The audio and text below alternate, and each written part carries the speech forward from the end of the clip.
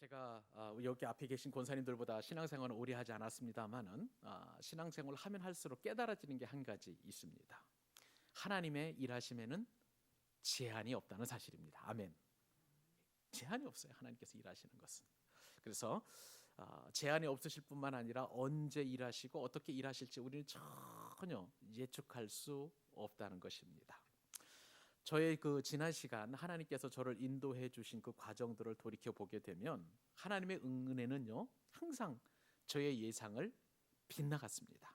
그리고 하나님의 역사는 단 한 번도 똑같은 방법으로 역사하지 않으셨다는 것 같아요. 그래서 저는 제 삶을 되돌아보면 하나님은 참 창조적인 분이시다, 창의적인 분이시다, 역시 창조주답다라는 그런 생각을 하게 되었습니다. 하나님께서 은혜 주시는 방법은 이루 말할 수 없이 새롭고 늘 신선하고 그렇게 풍성하다는 그런 느낌을 지울 수 없을 것이고요. 비단 이것이 저만의 고백이 아니라 여러분 한 사람 한 사람의 고백인 줄로 믿습니다. 저는 요즘 개인적으로 요한복음을 이제 큐티하고 있는데요. 제가 한 86년도부터 큐티를 해왔으니까 그럼 몇 년입니까? 96년, 2006년, 2016년, 30한 4, 5년 정도 큐티를 해왔으니까 요한복음을 큐티를 하면 몇 번 했겠어요? 뭐 여러 번 했었을 것입니다. 그런데요, 야 요한복음에 이런 말씀이 있었을까 싶을 정도로 막 그 어떤 그 충만한 은혜가 제 마음 가운데 심겨지는데 그 은혜 받은 말씀을 이제 요새 칼럼에 주보 맨 뒤에 보면 칼럼 있지 않습니까? 거기 계속 써나가고 있는데 참 은혜가 되고 기쁨이 넘칩니다. 아니 큐티를 하다 보니까 정말 내가 이 요한복음 말씀을 한 번도 제가 경험해 보지 못한 것처럼 이렇게 신선하게 은혜를 주시는데 얼마나 제가 감동하고 감격적인지 모르겠어요. 하나님께서는 이처럼 항상 새로운 은혜를 준비하셨다가 폭포수같이 우리 가운데 내려 주시는 줄로 믿습니다. 요즘 성도님들의 말씀도 저는요 예사롭지 않게 느껴지고 있습니다. 무슨 말씀인가 하면 성도님들과 대화해서 신방에서 대화하거나 아니면 이렇게 말씀을 나누다 보면 아니 제가 좀 시기심이나 질투심이 날 정도로 하나님이 그 성도님을 사랑하시는 거예요.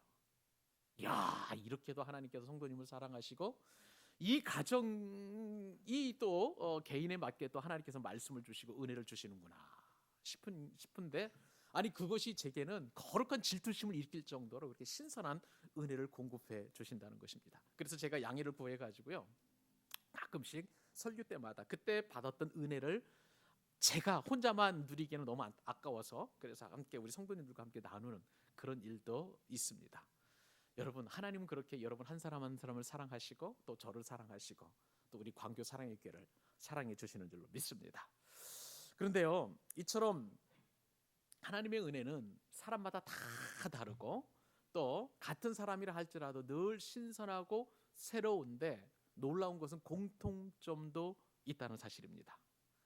우리에게 큰 어려움이 닥쳐오고 고난이 오고 또 환난이 온다고 할 때 또 마치 막다른 골목에 이른 것처럼 느껴지거나 아니면 깊은 수렁에 빠져가지고 헤어나지 못할 것만 같은 그런 상황이 닥치고 그런 어떤 절망감이 우리 가운데 올 때에 우리는요 그때 하나님께서 일하심을 바라볼 수 있는 아주 절호의 기회라는 것이 그런 기대감을 갖는 것이 바로 공통점이라고 할 수가 있습니다.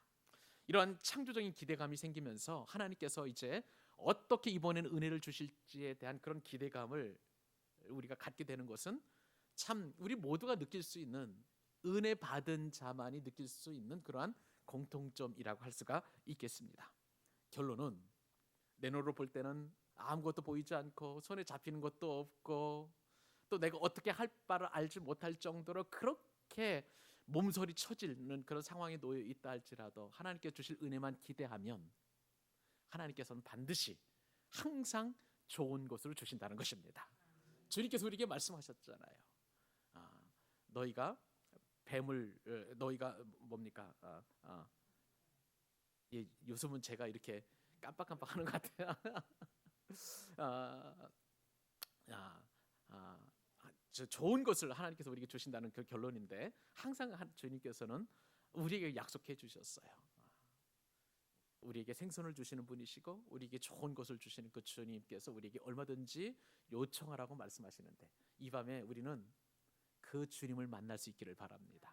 창조적인 그 주님, 창의적인 주님, 놀랍도록 우리에게 정말 마치 이 세상에 나 혼자만 사랑하시는 그런 것만 같은 놀라운 은혜와 축복을 받아 누리는 여러분 되실 수 있기를 바라고요. 이 밤에 여러분들이 가지고 있는 모든 문제와 또 어려움과 환난들이 말씀을 통해서 완전히 사라지는 역사와 은혜를 체험할 수 있기를 바랍니다. 자, 오늘 말씀을 통해서 주님께서 주시는 귀한 말씀 가운데 우리가 얻을 수 있는 교훈 한 가지 여러분에게 말씀을 드립니다. 따라서 한번 해보실까요? 영적 분위기를 주도하라. 주님께서 오늘 말씀을 통해서 주시는 말씀은요, 영적 분위기를 주도하라는 것입니다. 오늘 본문에 보니까 이제 자세하게는 설명을 안 해서 여러분들에게 제가 미리 설명을 드립니다만은 예수님께서는 달마누다 지방을 떠나셔서 지금 베세다라는 그런 어촌 마을에 도착을 하셨습니다. 달마누다 지방, 우리가 이제 수요 예배에 오신 분들은 그 곳이 어떤 곳인지 여러분은 좀 기억하실 텐데, 예수님께서는 이 달마누다 지방에서 바리새인의 누룩과 헤롯의 누룩을 주의하라. 주님께서 그렇게 이제 경고의 말씀을 하셨어요. 근데 이 말씀을 제자들은 오해를 하십니다. 오해를 했습니다. 어떤 오해를 했나요? 이 누룩이라는 그 단어에 꽂히다 보니까 어떤 생각을 하게 되었냐면, 예수님께서 우리가 떡을 안 가져온 것을, 밥을 안 가져온 것을 주님께서 지금 책망하시는구나. 지금 제자들끼리 수군수군 되는 거예요. 자, 무슨 말씀인가요? 이 달마누다 지방에서 예수님께서는 칠병이어의 기적을 일으키셨어요. 칠병이라는 것은 떡 7개와 그리고 2마리의 물고기, 맞습니까? 칠병이어, 그것을 통해서 4,000명의 장정을 이제 먹이셨고 7광줄이나 되는 엄청난 그러한 떡을 남겨는 그런 기적을 일으키셨죠. 그런데 이제 예수님께서 제자들을 이제 베세다로 건너가게 하시는데, 배를 타고 가는 과정 속에서 이제 그 떡을 안 가져온 것을 제자들이 착각을 한 것이죠. 너희가 바리새인과 또 서기관의 누룩을 주의하라라고 이렇게 경고하셨는데, 이것이 바로 이제 떡을 안 가져온 것에 대한 주님의 책망으로 오해를 한 것입니다. 그런데 주님은 그런 뜻이 아니었죠. 바리새인들의 누룩이라는 것은 그들의 어떤 형식주의예요. 그죠? 헤롯의 누룩이라는 것은 그들의 세속주의예요. 그러니까 형식주의와 세속주의를 너희가 항상 조심하라라고 그렇게 주의하셨음에도 불구하고 제자들이 이 떡 없음으로 인하여 서로 수군수군 되니까 주님께서 이렇게 말씀하십니다. 어찌 떡 없음으로 의논하느냐? 아직도 알지 못하며 깨닫지 못하느냐? 너의 마음이 둔하냐라고 그렇게 말씀하신 것입니다. 이렇게 말씀하신 이후에 이제 주님께서 제자들과 함께 벳사다에 도착을 하게 되었는데, 이 어촌 마을에서요 작은 소동이 일어납니다. 그 소동이 바로 22절 말씀인데, 자, 우리 다시 한번 은혜를 상기하는 마음으로 한번 읽어보십시다. 한 목소리로 시작. 벳사다의 이름에 사람들이 맹인 한 사람을 데리고 예수께 나와 손 대시기를 구하거늘. 이 벳사다라는 지역은요, 갈릴리 호수의 저 북동쪽에 있는 작은 어촌 마을입니다. 그런데 이곳은 아주 특별한 동네예요. 무슨 동네냐면, 우선 요한복음 1장 44절 말씀에 따르면 예수님의 제자 가운데 세 제자의 고향입니다. 요한복음 1장 44절에 보면 성경에 이렇게 기록되어 있어요. 빌립은 안드레와 그의 형제 베드로와 한 동네 벳세다 사람이라. 자, 그러면 예수님의 12 제자 가운데 몇 명이? 3명이죠. 빌립, 안드레, 베드로의 고향이 바로 이 벳세다라고 할 수가 있는 것입니다. 여러분, 예수님의 12제자 가운데 3명의 제자를 배출한 명문 동네예요. 명문 동네입니다. 또 이 벳세다는 어떤 곳이냐면요, 예전에 우리가 마가복음 상고해 보면서 이 예수님께서 오병이어의 기적을 일으키신 곳이에요.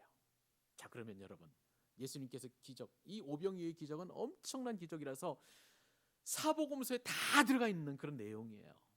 예수님께서 특별하게 출애굽 시대에 하늘에서 만나를 내리셔서 이스라엘 백성들을 먹이신 것처럼 그렇게 이스라엘 굶주리고 헐벗는 그런 백성들을 먹이시는 그러한 그들의 육적인 양식을 책임지시는 예수님이심을 기적을 통해 나타내는 곳이 벳세다입니다. 자, 그러면 여러분, 기적이 가장 중요한 기적이 나왔던 곳 벳세다, 그리고 예수님의 영적인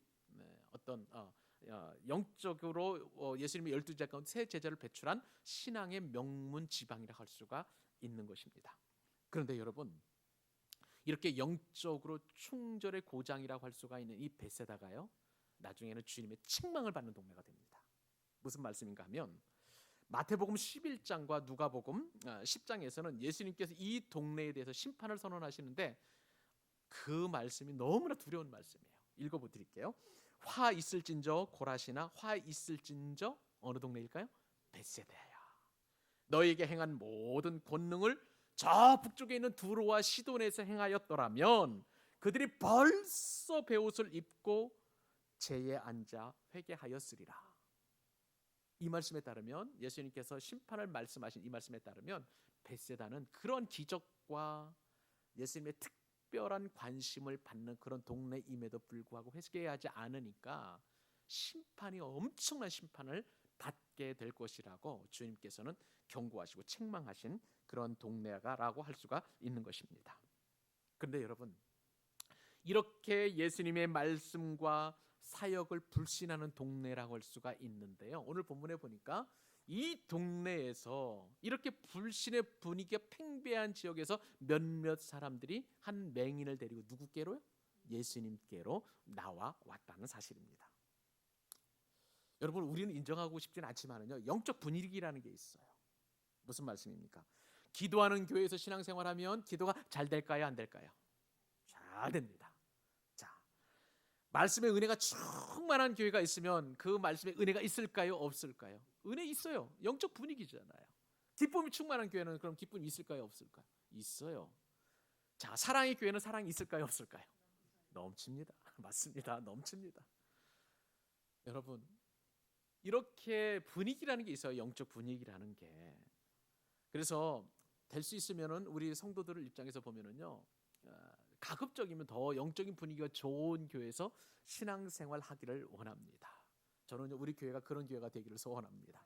말씀이 충만한 교회, 은혜가 충만한 교회, 기쁨이 충만한 교회, 찬양의 역사가 일어나는 교회, 기도의 응답이 일어나는 교회, 서로 사랑하는 교회, 선교하는 교회, 너무 좋은 교회, 그런 교회가 우리 교회가 되기를 원해요. 영적 분위기가 충만한, 누구라 와도 은혜 받고 행복해지고 감사가 넘치고 좋은 교회, 그런 교회가 될 수 있기를 바랍니다.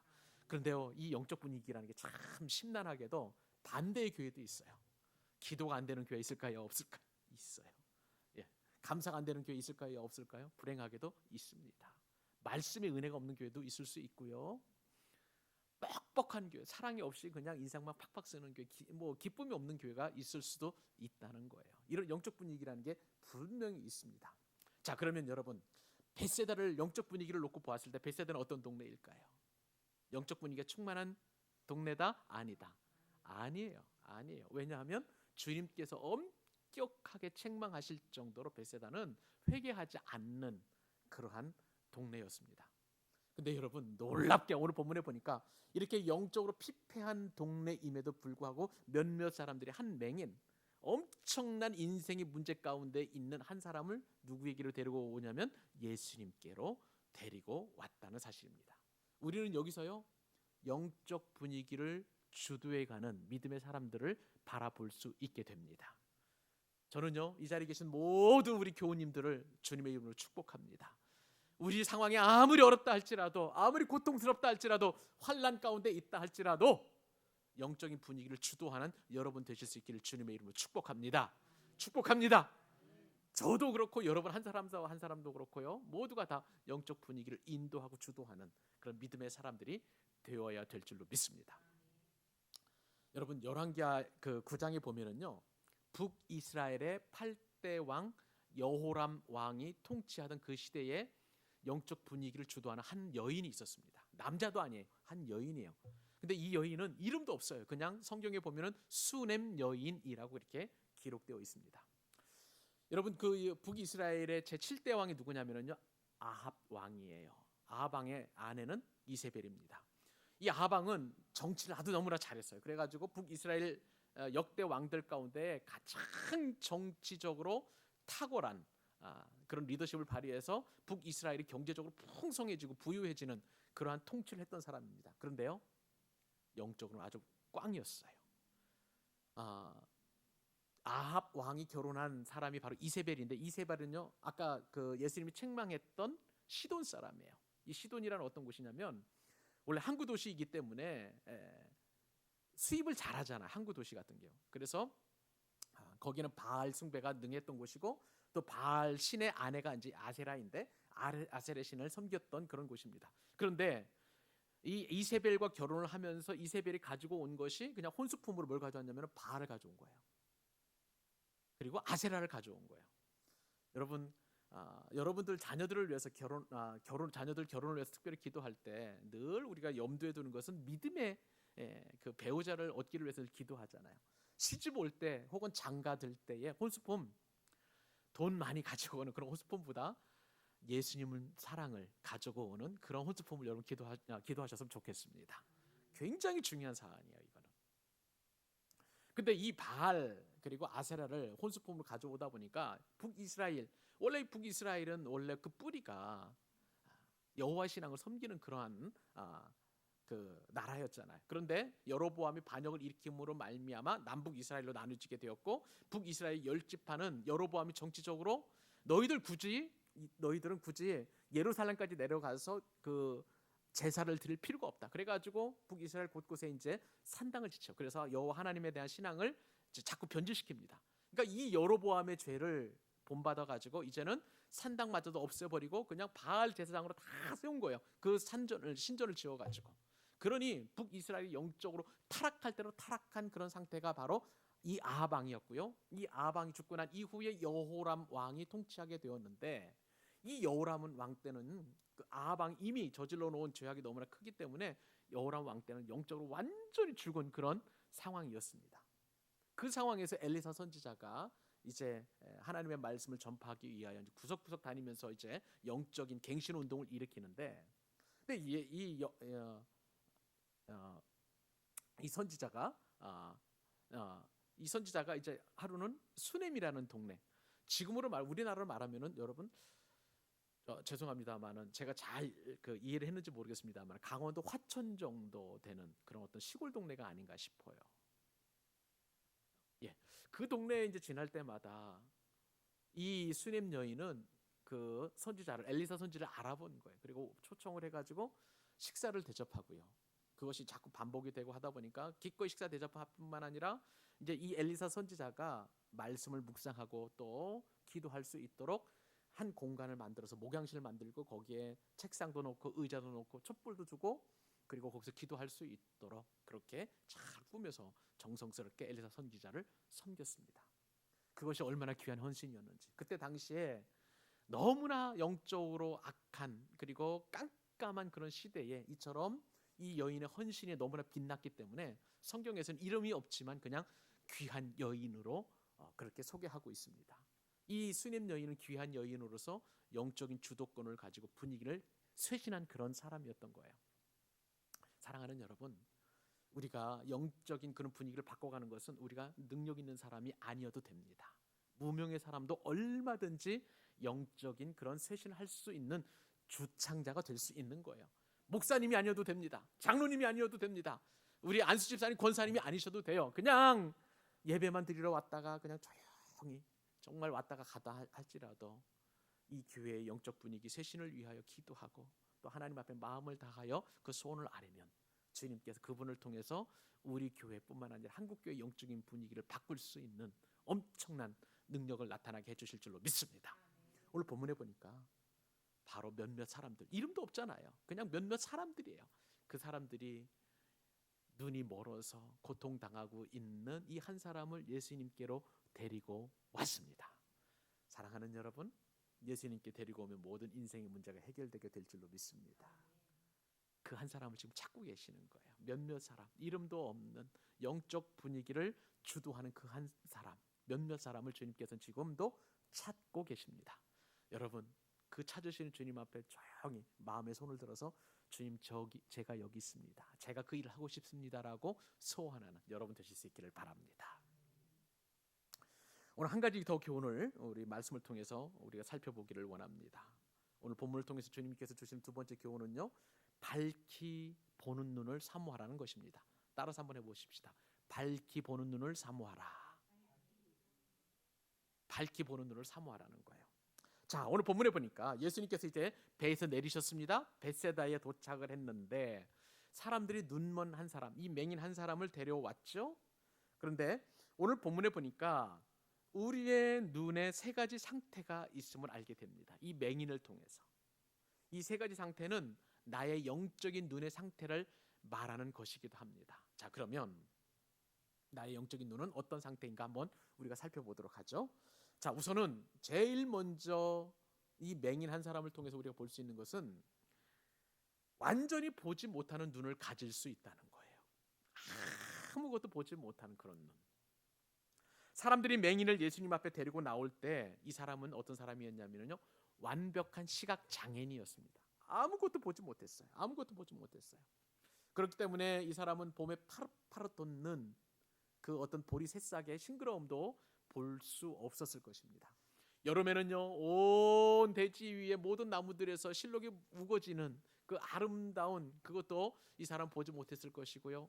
가을에 울긋불긋 단풍이 들고 또 곡식 익어가는 들판도 보지 못하는 그런 눈을 가진 사람이었어요. 겨울에는 흰 눈이 다 내렸을 때에 그 아름다운 흰 눈이 덮인 그 아름다움을 볼 수 있는 눈도 그는 가지지 못했던 사람입니다.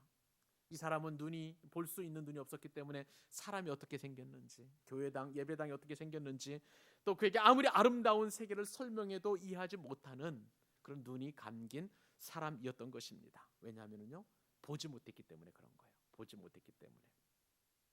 여러분, 우리가 두려워해야 될 것은 이런 육적인 맹인이 아니라 영적인 맹인도 있음을 여러분 인정하셔야 합니다. 이 사람에게 신령한 하나님의 세계에 대해서 아무리 말해도 깨닫지 못하는 그런 사람이 있을 수 있다는 거예요. 고린도전서 2장 14절 말씀에 보면 육에 속한 사람은 하나님의 성령의 일을 받지 아니하나니 저희에게는 미련하게 보이며 또 깨닫지 못하나니 이런 일은 영적으로라야 분별함이니라. 영적인 눈이 열리지 않았기 때문에 모든 영적인 일이, 하나님의 일들이 다 미련하게 보이는 거예요. 쉽게 말하면요, 지금 이 순간 이 시간에 그냥 퇴근하고 와서 그냥 집에서 편하게 쉬면 좋을 텐데 왜 이 시간에 와서 하나님 앞에 예배드리냐, 이것을 이해를 못하는 거예요. 왜냐하면 영적인 눈이 열려지지 않았기 때문에 그래요. 저는 이 자리에 계신 모든 분들이 영적인 눈이 열려져서 육신의 안락함보다도 영적인 눈이 열려져서 하늘의 신령한 복을 사모하고 그 은혜를 사모하는 영적인 눈이 트인 분이신 줄로 믿습니다. 우리는요, 영적인 눈이 열려져야 돼요. 그 은혜와 축복이 있기를 소원합니다. 자, 이렇게 완전히 새카맣게 이제 보지 못하는 사람이 있는가 하면은요, 반시각 장애인의 눈을 가진 사람이 있습니다. 여러분, 반시각 장애인은요, 보지 못하는 게 아니에요. 볼 수 있는데 보기는 하지만 정확하게 보지 못하는 거예요. 여러분 24절 한번 보실래요? 오늘 본문? 자, 같이 한번 읽어 보십시다. 자, 시작. 쳐다보며 이르되 사람들이 보이나이다. 나무 같은 건들이 걸어가는 것을 보나이다 하거늘. 예수님께서 이 맹인에게 이제 침을 뱉어서 이제 그 눈을 뜨고 안수를 하셨는데 보여요. 보이는데 이 눈을 뜬 사람이 어떻게 고백을 하냐면 사람들이 명확하게 보이는 것이 아니라 그냥 나무 같은 것들이 걸어다닙니다라고, 보기는 보는데 정확하게 못 보는 거죠. 맞죠? 예, 이게 바로 반시각장애인이라고 할 수가 있습니다. 여러분, 완전한 시각장애인에게는 아무것도 안 보입니다만은, 그러나 반시각장애인은 보기는 보지만 어렴풋하게 보이고 잘못 보이는 것을 잘못 보이는 게 있는데 그게 항상 문제인 거예요. 문제인 거예요. 여러분, 저는요, 안 보이는 그런 시각 장애인보다도 반시각 장애인에게 더 큰 문제가 있다고 생각을 합니다. 왜냐하면 영적 반시각 장애인은 엄청난 어려움이 있기 때문에 그렇습니다. 잘못 생각하고 잘못 판단해서 항상 문제를 일으킬 수 있다는 거예요.